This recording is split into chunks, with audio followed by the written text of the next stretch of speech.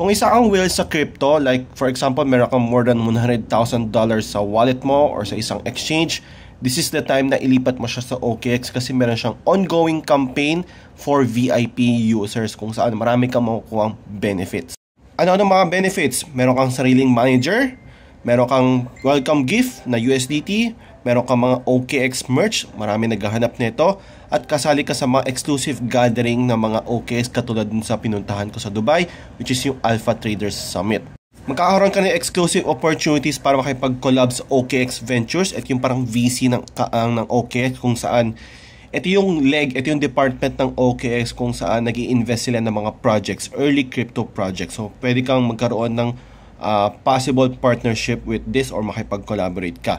May chance ka rin makakuha ng tickets sa Premier League, football, and F1 races. Magkakaroon ka rin ng 1-year subscription sa TradingView, meron ka ding 100 USDT and extra exclusive OKX merch din.